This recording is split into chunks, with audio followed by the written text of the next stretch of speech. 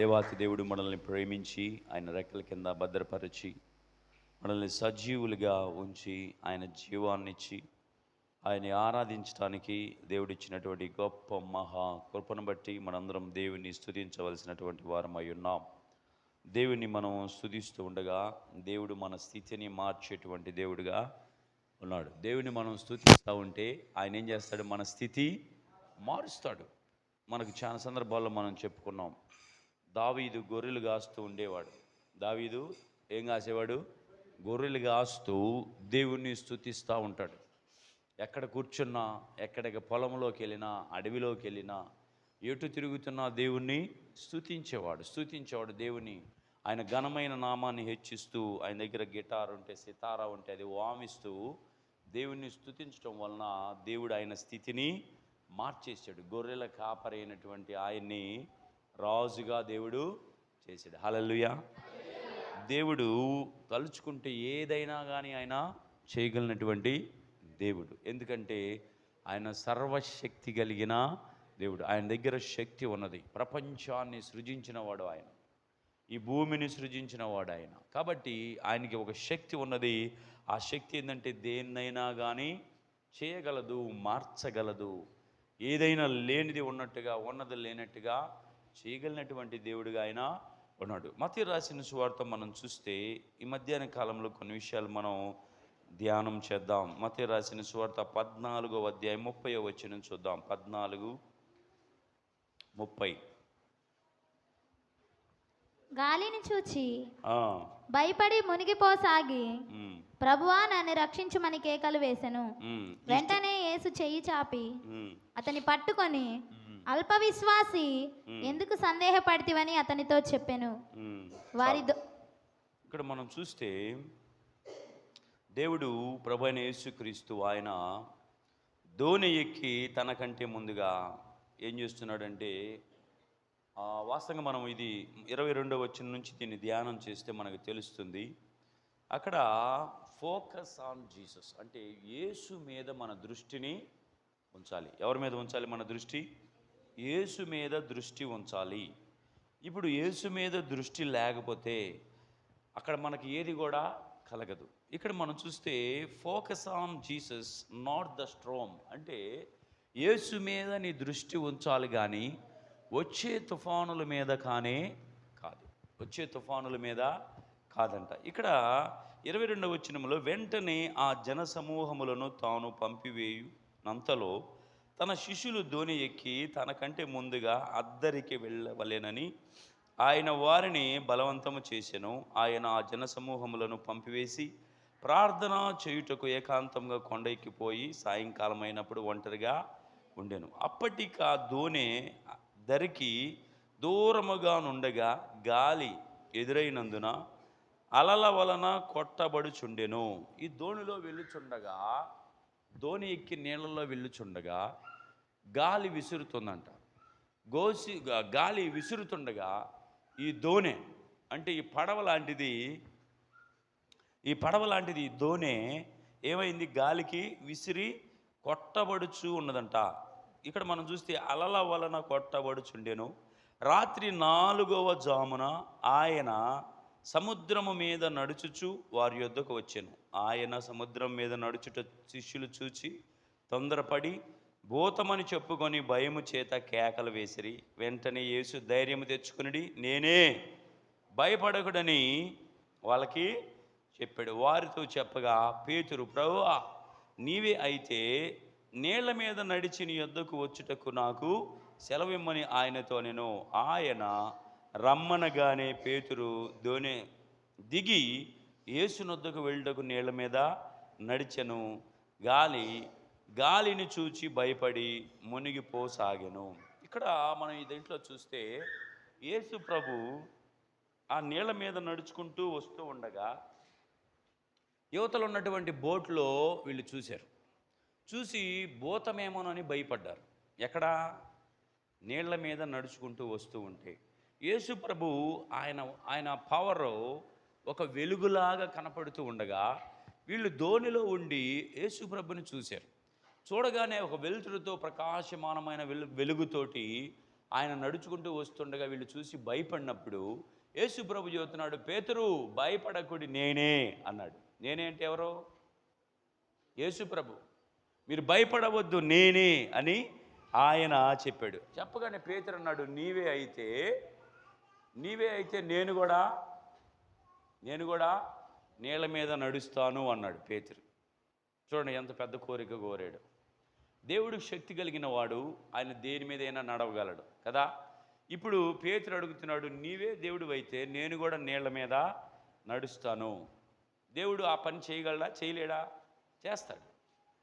సరే, దేవుడు ఏమన్నాడంటే యేసు ప్రభు, ఓకే పేతురు, నువ్వు దిగి నీళ్ళ మీద నడు అని చెప్పసాగాడు. చెప్పగానే పేతురు ఏం చేశాడు? దోణి దిగి నీళ్ల మీద నడిచెను. గాలిని చూచి భయపడి మునిగిపోసాగాడంట. ఇప్పుడు ఆయన దృష్టి ఎవరి మీద ఉండాలి? యేసు ప్రభు నువ్వు దిగి నీళ్ల మీద నడిచిరా అన్నప్పుడు ఈయన కను దృష్టి ఎవరి మీద ఉండాలి? దేవుని మీద ఉండాలి. ఆయన దృష్టి యేసు మీద చూస్తూ ఉంటే చక్కగా నడుచుకుంటా వెళ్ళేవాడు. కానీ ఆయన యేసుకెళ్ళి చూడకుండా ఈ నీళ్ల మీద నడవటం అనేటువంటిది సాధారణమైన విషయం కాదు.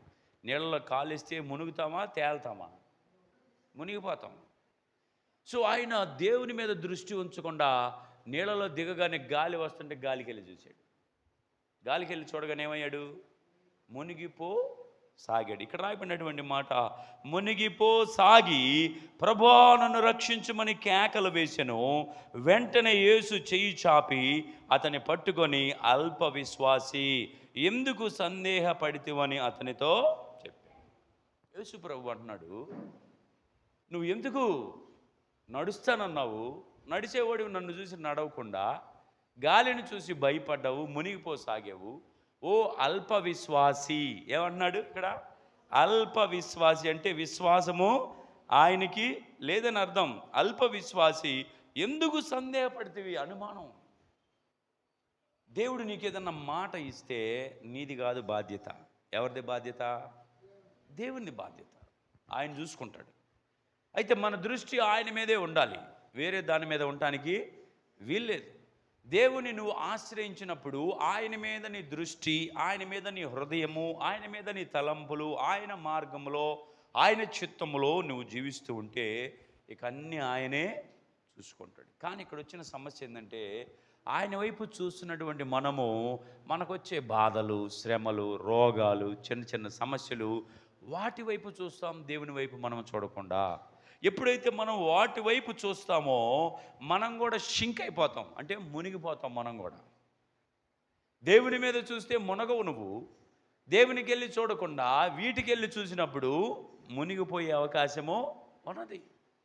కాబట్టి మనకు వచ్చేటువంటి ప్రతి విధమైనటువంటి శోధన సమస్య ఏదైనా సరే ముందు దేవుని వైపు మనము చూడాలి, దేవుని మీద ఆధారపడాలి. ఆయన వైపు చూడకుండా అయ్యో నాకు అయ్యొచ్చినాయి, ఈ బాధ ఉందని వాటికెళ్ళి చూస్తే అవి నిన్ను ఇంకా మునిగిపోయేటట్టుగా చేస్తూ ఉంటాయి. కాబట్టి మన దృష్టి దేవుని మీద ఉంచాలి. హల్లెలూయా చెప్పండి. దేని మీద ఉంచాలి మన దృష్టి? యేసు మీద ఉంచాలి మన దృష్టి. ఎందుకంటే మనము ఆయన ఆరాధించడానికి వచ్చాడు. ఆయనే మన రక్షకుడు, ఆయనే మనకి సమస్తము చేసేవాడు గనక మన దృష్టి ఆయన మీదే ఉంచాలి. కానీ మన దృష్టి మారటానికి వీలేదు. కొన్ని సందర్భాల్లో మనం లోకంలో ఉన్న వాటికి వెళ్ళి చూస్తూ ఉంటాం, దేవుని వైపు చూడకుండా లోకంలో ఉన్న వాటి వైపు చూస్తాం. దానివల్ల మనకు ప్రయోజనము లేదు. కాబట్టి యేసు వైపు చూడాలి. రెండో విషయం ఏంటంటే, focus on Jesus, not the worries. దేవుని మీద మన దృష్టి ఉంచాలి, కానీ మనకు వచ్చేటువంటి చింతల మీద, బాధల మీద మనము దృష్టి ఉంచకూడదు. దేవుని యొక్క వాక్యం సెలవిస్తుంది. ఫిలిప్పీలకు రాసిన పత్రిక 4వ అధ్యాయం 6వ వచనము. ఫిలిప్పీలకు రాసిన పత్రిక 4వ అధ్యాయం 6వ వచనం చదువు. చూడండి, దేని గూర్చి చింతపడకుడు గాని ప్రతి విషయములోను ప్రార్థనా విజ్ఞాపనముల చేత కృతజ్ఞతా పూర్వకముగా మీ విన్నపములు దేవునికి తెలియజేయుడి. చూడండి ఏందంట, దేని గూర్చి చింతపడకుడు గాని ప్రతి విషయములోనూ ప్రార్థన విజ్ఞాపనముల చేత కృతజ్ఞతాపూర్వకముగా మీ విన్నపములు దేవునికి తెలియజేయుడి. అప్పుడు సమస్త జ్ఞానమునకు మించిన దేవుని సమాధానము యేసు క్రీస్తు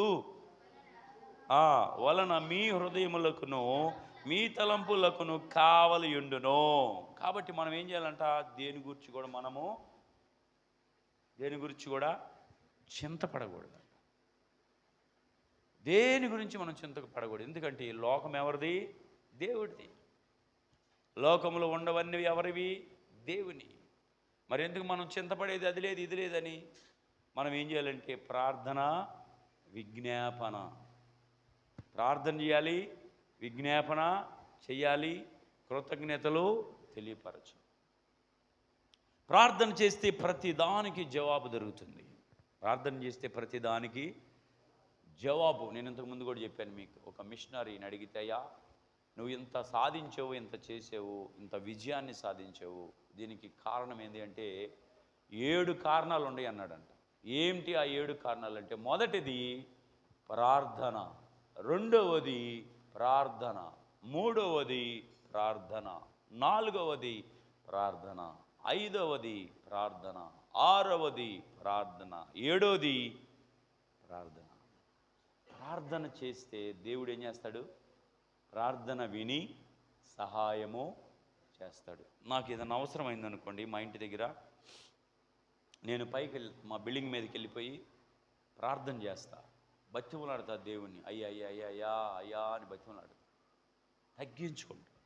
తగ్గించుకొని బొక్కబోరలకు వండుకొని, ప్రభువా నాకు పలాంది కావాలి, నాకు ఏది ఎవరు ఇచ్చేవాళ్ళు లేరు, నీవే ఇచ్చేది, సహాయం చేయాలని బాధ అంతా, హృదయంలో ఉన్న బాధ అంతా ఆయన దగ్గర కక్కేస్తా.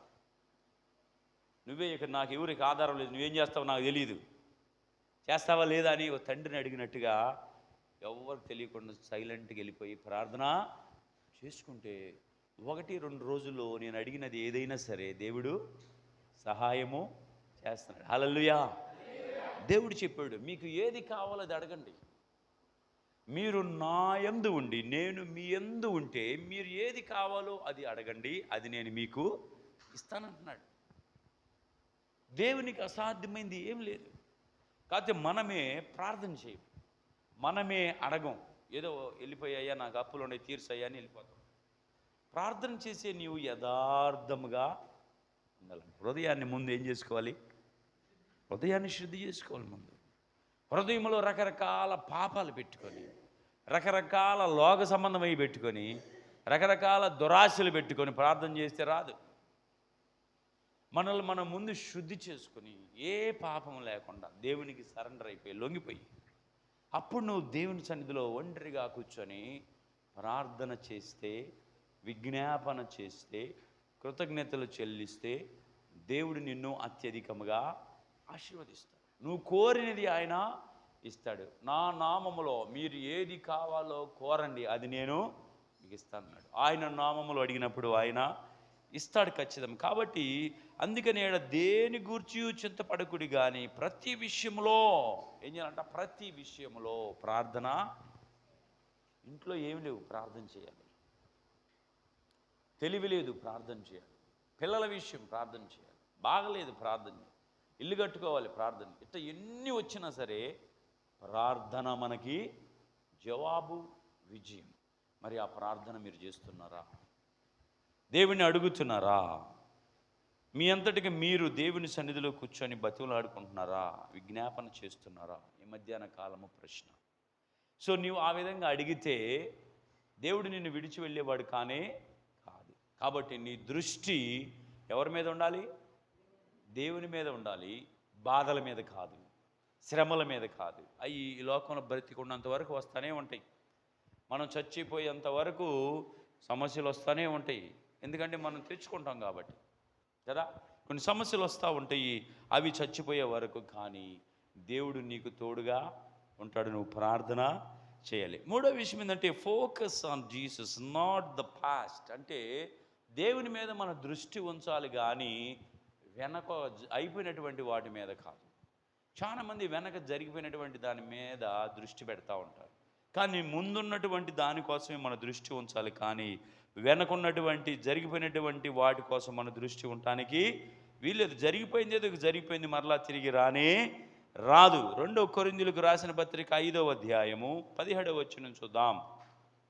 రెండవ కొరింథీయులకు రాసిన పత్రిక 5వ అధ్యాయము 17వ వచనం. కాగా ఎవడైనను క్రీస్తునందున్న ఎడల వాడు నూతన సృష్టి, పాతవి గతించెను, ఇదిగో క్రొత్తవాయెను.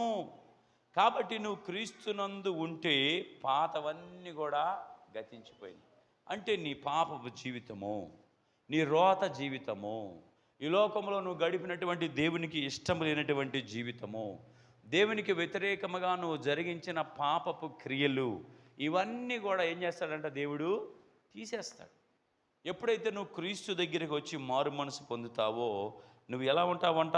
క్రీస్తు నందున్న ఎడల వాడు నూతన సృష్టి, పాతవి గతించాడు. నువ్వు నూతన సృష్టిగా దేవుడు మారుస్తాడు.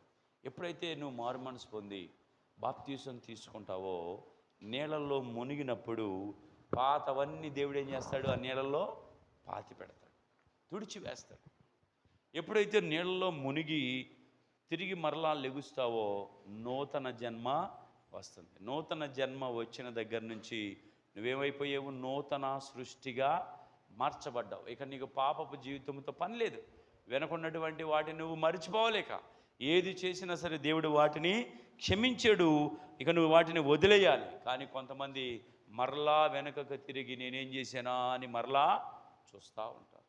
సో దానివల్ల మనకు ప్రయోజనం లేనే లేదు. కాబట్టి నూతన సృష్టిగా మనం ఏమవ్వాలంట? మార్చబడాలంట. హల్లెలూయా. మరి మార్చబడుతున్నామా? నూతన సృష్టిగా రక్షింపబడిన తర్వాత నుంచి నూతన సృష్టిగా మనం ఉంటున్నామా? అంతేకాకుండా మనము యేసు మీద దృష్టి ఉంచాలి, కానీ భయము మీద కాదు. భయపడతా ఉంటాం కొన్ని సందర్భాల్లో. ఊరకూరకనే భయం మనకి ప్రియులారా. యెషయా గ్రంథం 40వ అధ్యాయము, యెషయా గ్రంథం 40వ అధ్యాయము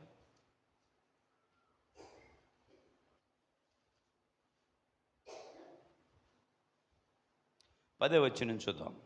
40:10. ఇదిగో తన బాహువే తన పక్షమున ఏలుచుండగా ప్రభువగు యెహోవా తానే శక్తి సంపన్నుడై వచ్చును. ఆయన ఇచ్చు బహుమానము ఆయన యొద్దనున్నది. ఆయన చేయు ప్రతీకారము ఆయనకు ముందుగా నడుచుచున్నది. ఏమవుతుందంటే ఆయనకి ముందుగా నడుచుచున్నది. ప్రియులరా, 41:10 చూస్తే అక్కడ కూడా రాయబడింది. 41వ అధ్యాయము 9వ వచనం. బూదిగంతముల నుండి నేను పట్టుకొని దాని కొనల నుండి పిలుచుకొనిన వాడా. ఎక్కడి నుంచి అంట నేను పట్టుకొని పిలిచింది?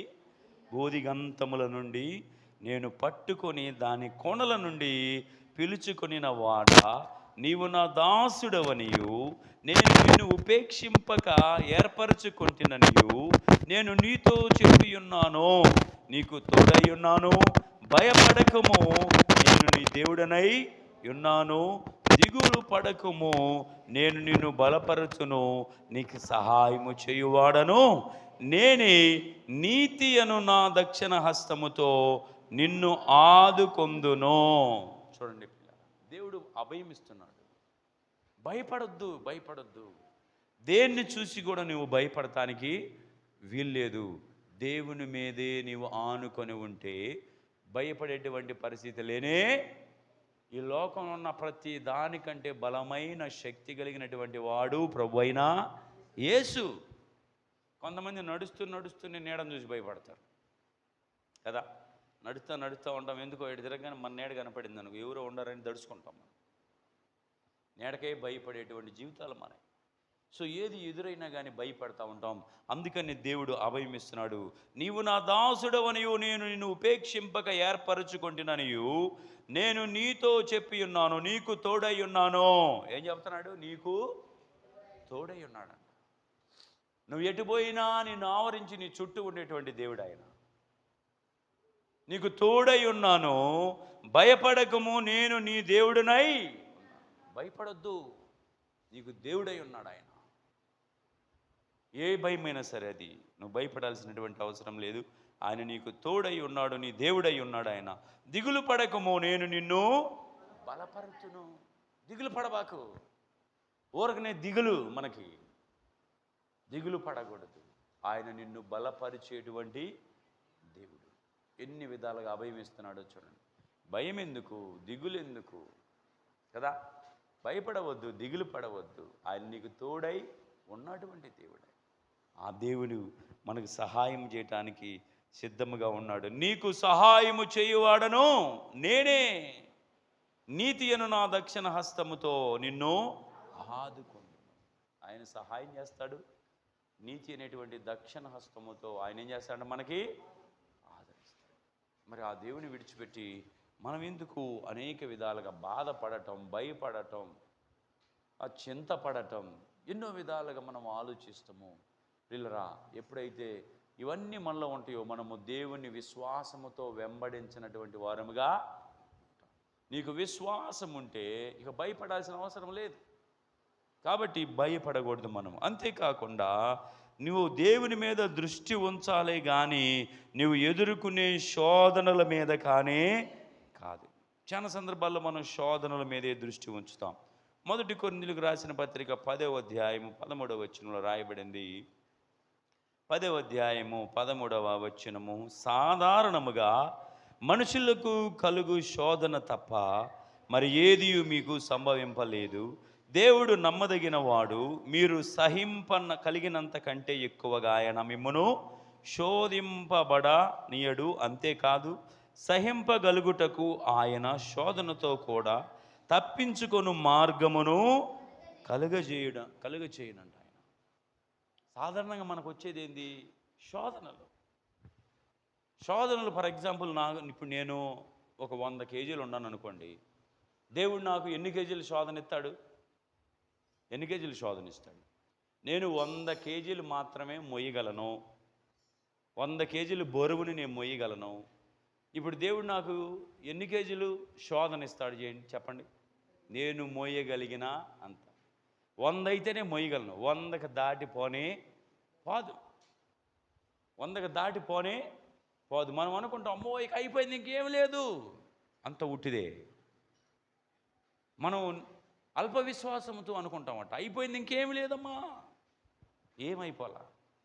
ఇక్కడ రాయబడింది, నువ్వు శోధన సహించగలిగినంత మట్టుకే ఆయన నీకు కదా. చూడండి, 10వ అధ్యాయము 13వ వచనం.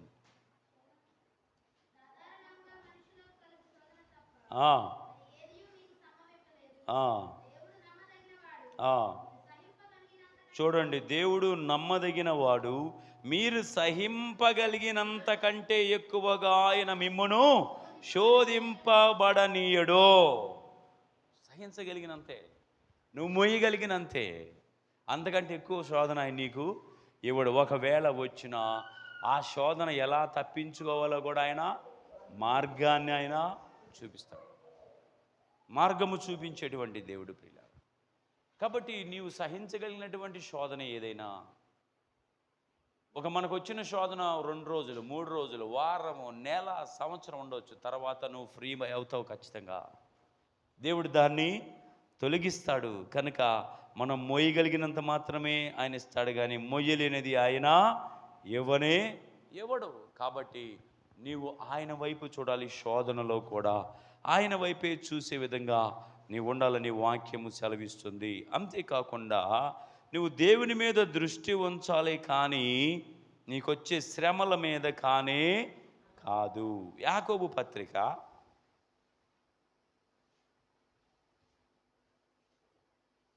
1వ అధ్యాయము 2వ వచనం చూద్దాం. 1వ అధ్యాయము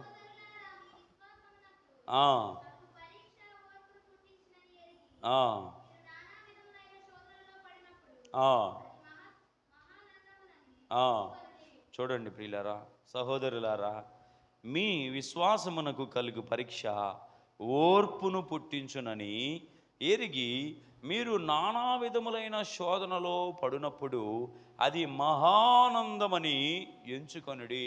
శోధనలో పడేటప్పుడు మనం ఎలా ఎంచుకోవాలంట? మహా ఆనందముగా. శోధన వచ్చిందా, కమాన్ రా, నో ప్రాబ్లం, నా దేవుడు నాకు ఉన్నాడని ఆనందముగా ఉండాలి. ఎవరైతే శోధింపబడతారో వాళ్ళు నెక్స్ట్ లెవెల్కి వాళ్ళు వెళ్తారు ప్రియులారా. శోధింపబడినటువంటి వారు నెక్స్ట్ లెవెల్కి వెళ్తారు. బంగారం మనందరికీ తెలుసు. బంగారం ఎక్కడ ఉంటుంది చెప్పండి? భూమిలో ఉంటుంది బంగారం. ఇప్పుడు మనకి ఇసుక ఉన్నట్టుగా బంగారం కూడా గనులు ఉంటాయి, బొగ్గు ఉన్నట్టుగా బంగారపు గనులు ఉంటాయి, గులక రాళ్ళు ఉన్నట్టుగా బంగారపు గనులు ఉంటాయి. ఇప్పుడు ఈ బంగారపు గనులు తవ్వితే రాళ్ళులాగా వస్తూ ఉంటాయి, పెద్ద పెద్ద రాళ్ళులాగా. ఆ రాళ్ళు తెచ్చుకొని అమ్మటే మనము ఏమైనా తయారు చేసుకోవడానికి కుదిరిద్దా? ఆ బంగారంలో ఉన్నటువంటి శ్రేష్టమైనది బయటపడిద్దా? పడదు. ఇప్పుడు ఇది బంగారం. ఇప్పుడు ఈ బంగారం ఏం చేయాలంటే పుటము వేయాలి. ఈ బంగారము కాల్చాలంట.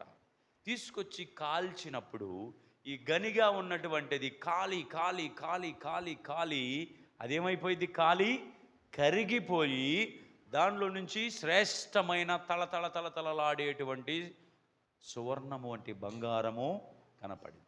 అంటే ఈ బంగారానికి ఇప్పుడు ఏం కలుగుతుంది? శ్రమ కలుగుతుంది, కాలుతుంది.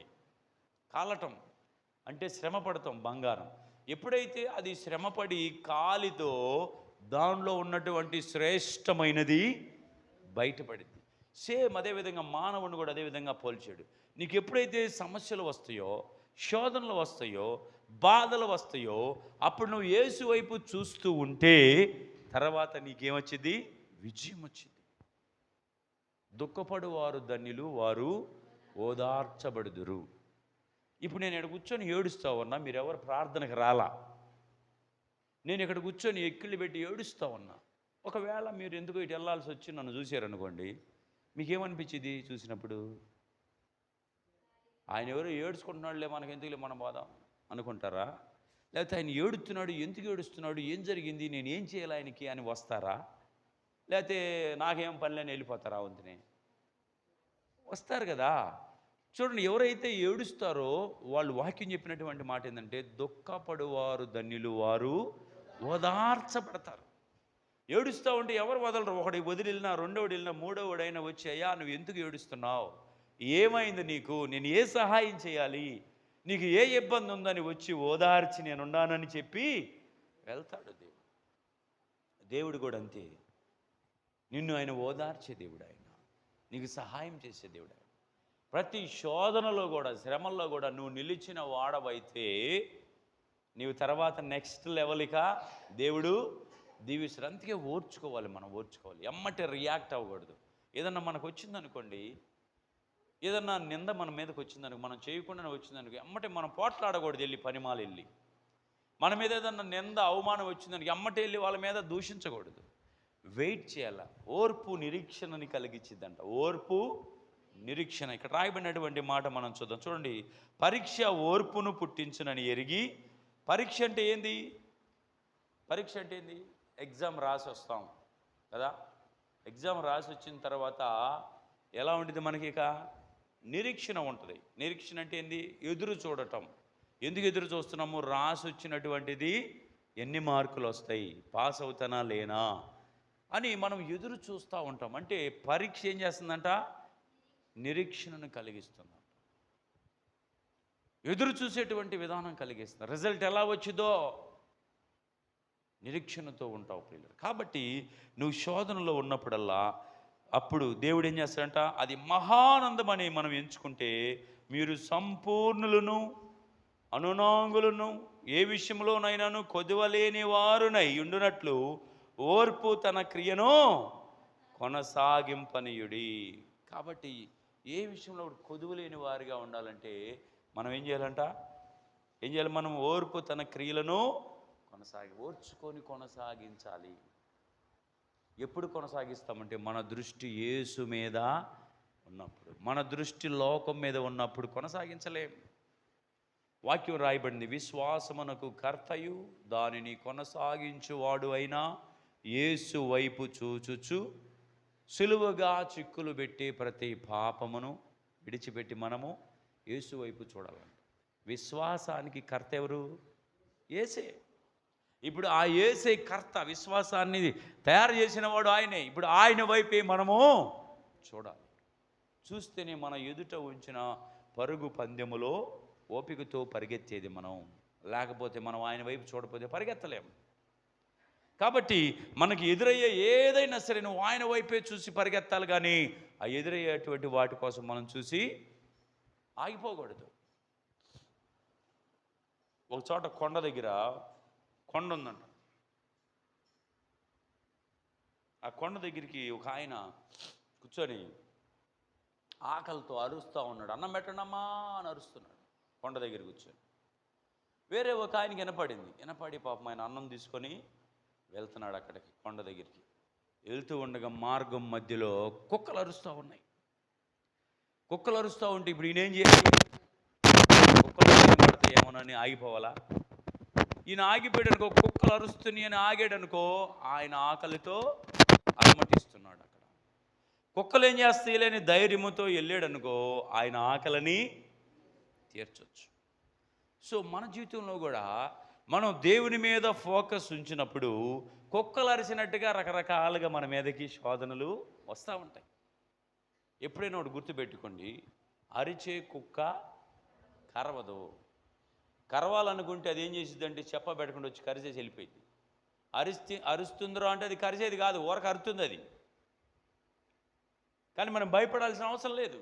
ఇప్పుడు యేసు మీద నువ్వు ఫోకస్ చేస్తే, నీ దృష్టి ఉంచితే, నీకు ఎదురయ్యేటువంటి కుక్కల వంటి సమస్యలు, ఏదో శోధనలు, అప్పులు, ఇబ్బందులు, ఇరుకులు, ఇవన్నీ నువ్వు వాటికెళ్ళి చూసి ఆగిపోతే కొనసాగలేవు.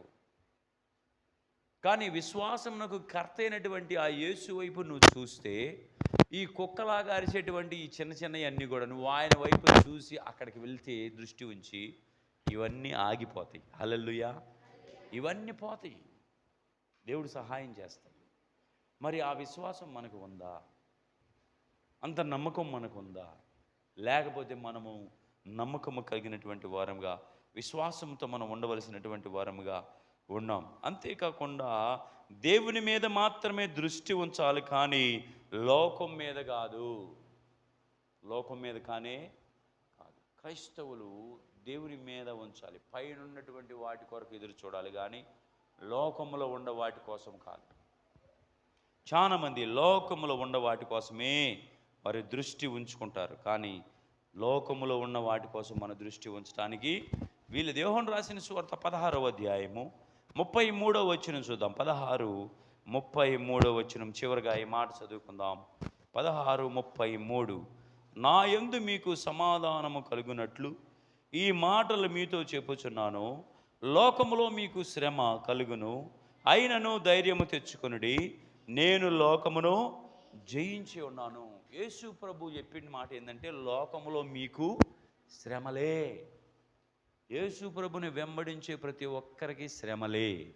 ఎందుకు శ్రమలు ఉంటాయంటే, నిన్న ఆయన ఏం చేస్తాడు? సువర్ణము వలె తయారు చేయటానికి శ్రమలు తెస్తాడు. ఇప్పుడు నేను పరిశుద్ధుణ్ణి అని మీకు చెప్పాను అనుకోండి, పరిశుద్ధుణ్ణి అని అనటానికి రుజువేంటి?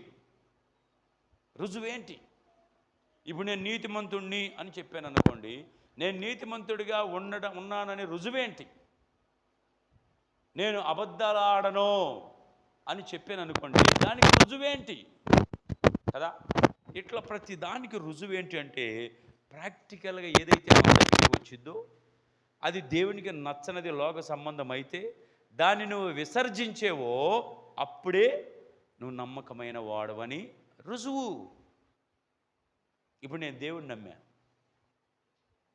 మా ఫ్రెండ్ ఒకటి సిగరెట్లు తాగుతూ ఉన్నాడు. వాడిని నేను కలుసుకుంటూ ఉంటాను. వెళ్ళినప్పుడు వాడు అంటాడు, అరే నిన్ను ఎవరు చూడలేదు, నువ్వు కూడా ఒక సిగరెట్ తాగరా అంటాడు. ఇప్పుడు నాకు ఇది శోధన. నిజమే, నన్ను ఎవరు చూడలేదు కదా, నేను కూడా సిగరెట్ తాగి రావచ్చు కదా అని నాకు ఈ పరీక్ష వచ్చినప్పుడు, వాడి ముందు నేను యేసుని నమ్మాను, ఆయన వెంబడిస్తున్నాను, నేను ఈ పని చేయను అన్నావు అనుకోండి, వచ్చినటువంటి శోధన నీవు జయించినట్టు. అప్పుడే నీవు నిజమే నువ్వు యథార్థవంతుడివి అని రుజువు. అప్పుడు నిజమే నువ్వు పరిశుద్ధుడివి అని రుజువు.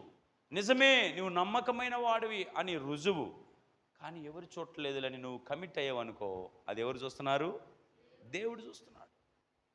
ఇట్లా ఎన్నో శ్రమలు మన చుట్టూ వస్తాయి. మన స్నేహితులు తీసుకుని వెళ్తారు, ఇదిగో అది తిందువురా, ఇది తాగుదువురా, ఇటు వెళ్దాంరా, ఆ పని చేద్దాంరా, ఈ పని చేద్దాంరా, లేకపోతే అప్పులు ఉండయి, అది ఉండయి, ఎట్లా ఈ అప్పులు తీయటానికి ఏదైనా చేద్దాం.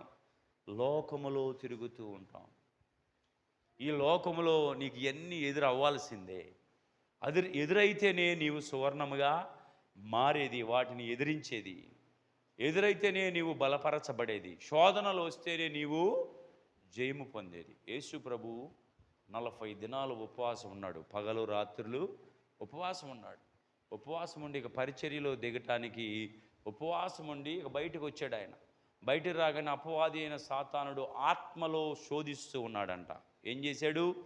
వచ్చి యేసు ప్రభుతో మాట్లాడుతున్నాడు. నీవు ఆకలిగా ఉన్నావు. నీకు తెలియదు ఆకలిగా ఉన్న సంగతి? యేసు ప్రభుకి తెలియదా ఆకలిగా ఉన్నాడని? ఇప్పుడు నేను ఆకలిగా ఉన్నాను అనుకో, నాకు తెలియదా? అపవాది వచ్చి చెబుతుంది, నువ్వు ఆకలిగా ఉన్నావు. అయితే ఏందంట? ఇగో నువ్వు దేవుడు అయితే ఇగో ఈ రాళ్ళు తీసుకొని నువ్వు రొట్టెలుగా చేసుకొని తిను అంటే ఇప్పుడు అపవాది ఏం చేస్తుంది? యేసు ప్రభుకి హోంవర్క్ ఇస్తుంది. ఆయన దేవుడు అని తెలిసి కూడా అపవాది మాట వినేటట్టుగా ఇప్పుడు గబగబా నేను దేవుడినే, నా శక్తి నీకు తెలియదా, అసలు రాళ్ళు తీసుకొని రొట్టెలు చేసి చూపిస్తా ఉండు అంటే ఇప్పుడు దేవుడు ఎవరికి లొంగిపోయినట్టు? సాతానుకు లొంగిపోయినట్టు. కొంతమంది ఆటకాయతనంగా మనల్ని పందాలు పెడతా ఉంటారు. పెద్ద రోల్ ఉందని కాడ వచ్చిరే నువ్వు మగోడు అయితే ఈ రోలు ఎత్తురా అంటారు. మనం ఏంది అందరి ముందు ప్రూవ్ చేసుకోవడానికి మనం వెళ్ళి రోలు ఆఫ్టర్ వాడు ఏదో పందెం పెడితే వాడి పందానికి మనం ఇది లేపేదేంది? మనం. మా ఫ్రెండ్ కన్నా అని ఒకడు ఉన్నాడు కదా, మన ఊర్లో. ఇంతకుముందు మేమందరం కలిసి తిరిగేటప్పుడు ఆ లైబ్రరీకి ఆడ కూర్చొని ఉంటాం. కూర్చుంటే వాడి దగ్గర డబ్బులు ఉండేవి. వాడు వచ్చి లైబ్రరీ మీద నుంచి గడ్డిమామ మీదకి దూకితే 10 రూపాయలు ఇస్తానంటాడు. వాడు 10 రూపాయల కోసం ఇప్పుడు ఆ లైబ్రరీకి గడ్డి మీదకి దూకి నేను దూకగలనని నిరూపించుకోవాలి. చూడండి, అపవాది ఇట్లా మనల్ని ఆడుతూ ఉండేది. నువ్వు ఇది చెయ్యి, నువ్వు చేతనైతే ఇది చెయ్యి, నువ్వు మొగడు అయితే ఇది చెయ్యి, నువ్వు అదైతే ఇది చెయ్యి అని అపవాది శోధించినప్పుడు ఆ మాట మనము వినకూడదు. యేసు ప్రభుని కూడా శోధిస్తుంది వచ్చి. నీవు దేవుడు అయితే ఆయన దేవుడే, నువ్వు దేవుడు అయితే ఇదిగో ఈ రాళ్ళు రొట్టెలుగా చేసుకొని తిను అన్నాడు. దేవుడు దాన్ని గద్దించాడు. మనిషి కుమారుడు రొట్టె వలన కాదు కానీ దేవుని నోట నుంచి వచ్చే ప్రతి మాట వలన జీవిస్తాడు. దేవుని నోట నుంచి వచ్చే ప్రతి మాట ఏంది? వాక్యం. ఈ వాక్యం వలన మనం జీవిస్తాం. ఈ శరీరం ఎప్పుడైనా చనిపోవచ్చు, ఎప్పుడైనా ఈ లోకాన్ని విడిచిపెట్టి వెళ్ళిపోవచ్చు. దీనికి గ్యారంటీ లేదు. ఈ శరీరానికి ఫోన్ కొంటే గ్యారంటీ ఉంది, చెడిపోతే వారంటీ కూడా ఉంది. కానీ మనకు మాత్రము గ్యారంటీ లేదు, వారంటీ లేదు. మనం అన్నీ తయారు చేస్తున్నాం కానీ మనకు గ్యారంటీ లేదు ముందు కదా. ఎప్పుడైనా ఈ శరీరం పోవచ్చు, కానీ లోపల ఉన్నటువంటి ఆత్మ మాత్రము యుగయుగాలు ఉండేటువంటిది. యుగయుగాలు, దానికి మరణం లేదు. లోపల ఉండే ఆత్మకి మరణము లేదు. నువ్వు మంచి చేసినా సరే, చెడ్డ చేసినా సరే మరణము లేదు. అయితే నువ్వు మంచి చేస్తే దేవుడు వచ్చి నీకు రివార్డు ఇచ్చి పరలోకంలో ఉంచుతాడు యుగయుగాలు. చెడు చేస్తే ఆయన వచ్చి నిన్ను తీసుకెళ్ళి నరకంలో వేస్తాడు. అది యుగయుగాలు. మంచి చేస్తే హాయిగా ఉంటాం పరలోకంలో. చెడు చేస్తే కష్టాలతో కాలిపోతూ ఉంటాం నరకంలో. ఈ కష్టాలతో కాలిపోయేటువంటిది మనం ఎవ్వరం ఇంకా రుచి చూడలేదు. ఎన్నో వందల రెట్లతో కూడినటువంటి శ్రమలయ్యి. ఇప్పుడు మనం పొందే శ్రమలో 100లో ఎక్కడో ఒక్క పాయింట్లో పాయింట్ నాట్ అంతే. 100లో అంత తక్కువ మనం పడే ఏ శ్రమ అయినా సరే. కానీ రేపు నరకంలో అంతకంటే కొన్ని వందల రెట్లు నువ్వు అక్కడ ఏది ఊహిస్తే అది జరిగిపోతూ ఉండిద్ది. నొప్పికుంది ఏంటంటే 100 రెట్లు పెరిగిపోయింది నొప్పి. కాలుతుందంటే ఇంకా కాలిపోతూ ఉంటావు. ఏది తలుచుకుంటే అది జరుగుతూ ఉండేది నరకంలో. పరలోకంలో ఎంత హాయిగా ఉంటుందో. బాగా చలి పుట్టేటప్పుడు రగ్గు కప్పుకుంటే ఎంత హాయిగా ఉండిద్ది. బాగా ఎండగా ఉన్నప్పుడు కూల్ వాటర్ తాగితే ఎంత హాయిగా ఉండిద్ది కదా. బాగా ఆకలైనప్పుడు ఆహారం తింటే ఎంత హాయిగా ఉండిద్ది. బాగా మనము బాధపడుతున్నప్పుడు ఒక్కసారి బాధపోతే ఎంత అంతకంటే ఎక్కువ ఆనందము పరలోకములో దొరుకుతుంది. అందుకని ప్రభు అయిన యేసుక్రీస్తు ఆ పరలోకానికి మనం అందరం తీసుకొని వెళ్ళాలని ఆయనే దేవుడై ఉండి ఈ లోకానికి ఆయన వచ్చాడు. వచ్చి నీ కోసం నా కోసం శ్రమపడి బాధపడి చనిపోయి తిరిగి లేచి సమాధి చేయబడి తిరిగి లేచి పరలోకానికి వెళ్ళి తండ్రి కుడి పార్శ్వమున కూర్చొని మన కొరకు విజ్ఞాపన ప్రతిరోజు ప్రార్థన చేస్తున్నాను. నా బిడ్డ రావాలి, నా కుమారుడు రావాలి, నా కుమార్తె రావాలి, నా దగ్గరికి పరిశుద్ధంగా ఉండాలి, పవిత్రంగా ఉండాలి, అయ్యో నా సన్నిధిలో ఉండాలి వీళ్ళని విజ్ఞాపన ప్రార్థన ఆయన చేస్తూ ఉన్నాడు ఆయన. కాబట్టి ఆయన ప్రార్థనకి మనము రియాక్ట్ అవ్వాలి. ఆయన మనం విడిచిపెట్టకూడదు. ఆయన మనకు తోడుగా ఉన్నాడు. కాబట్టి మన దృష్టి ఆయన మీద ఉంచినప్పుడు ఈ లోకంలో ఎదురయ్యే ఏదైనా కానీ చాలా ఈజీ, మనకి చాలా ఈజీ. ఏది ఎదురైనా సరే దేవునికి చెప్పుకుంటే ఇవన్నీ ఈజీ, ఊరనే పోతాయి. కాబట్టి దేవునికి చెప్పుకునేటువంటి వారుగా ఉన్నామా? ఈ మధ్యాహ్న కాలంలో ప్రశ్న వేసుకోవాలి. ఏది వచ్చినా దేవుని దగ్గరికి పరిగెత్తి మనం ప్రార్థన చేసుకోవాలి, విజ్ఞాపన చేయాలి. అయ్యా ఇది ఎందుకు వచ్చింది, తొలగించయ్యా అని విజ్ఞాపన ప్రార్థన చేస్తే దేవుడు దాన్ని తొలగిస్తూ ఎలా వచ్చిందో అలా వెళ్ళిపోయింది. అది ఏ సమస్య అయినా కానీ అదే నువ్వు ప్రార్థన చేయకుండా దేవునికి చెప్పకుండా మనుషులకు చెప్తే అది ఎక్కువ అయిపోయి నువ్వు గలిబిలి అయిపోయి గందరగోళం అయిపోయి నానా విధములైన శ్రమలు పడాల్సినటువంటి పరిస్థితి. అది కాకుండా దేవునికి చెప్పుకో, ప్రతి విషయం దేవునితో మాట్లాడు, దేవునికి మొరపెట్టు, దేవుని దగ్గర ఒప్పుకో, దేవుని దగ్గర చెప్పుకో. అన్నీ కూడా ఆయన కలిగించే దేవుడిగా ఉన్నాడు. కాబట్టి ఈ మధ్యాహ్న కాలంలో ఈ మాటల ద్వారా మిమ్మల్ని బలపరుస్తూ ఉన్నాం. మన దృష్టి లోకంలో ఎదురయ్యే సమస్యల మీద కాదు ఉండాల్సింది, ప్రభు అయినా యేసు మీద మన దృష్టి ఉండాలి. ఎప్పుడైతే అలా ఉంటుందో దేవుడు మనకు అన్నిటినీ సమకూరుస్తాడు. దేవుడి మాటలు దీవించి ఆశీర్వదించునుగాక. ఆమేన్. అందరం కళ్ళు మూసుకుందాం. ఇప్పుడు ఆయన బలలో మనము చేవేయబోతున్నాము, ఆయన రక్తమును మనము పుచ్చుకోబోతున్నాము. అందరం కూడా